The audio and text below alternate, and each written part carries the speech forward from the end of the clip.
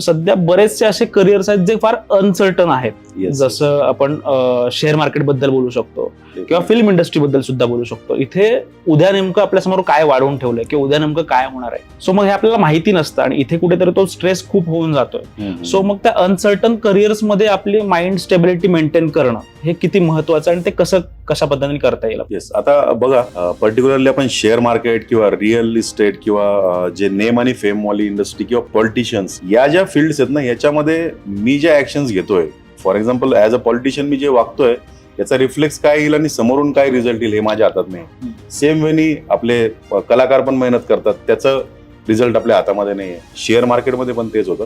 याचं जर तुम्ही कनेक्शन विचाराल ना, तर ह्या तीनही फील्डला हा सगळा इमोशनल गेम आहे आणि याच्यामध्ये सक्सेसफुल तेच लोक होतात ज्यांचा माइंडसेट स्ट्रॉंग आहे. सो शेअर मार्केटला अनालिसिसचा गेम, शेअर मार्केटला साधारणतः स्ट्रॅटेजीचा गेम असं म्हणून शिकवलं जातं. मात्र शेअर मार्केट हा इमोशनल गेम.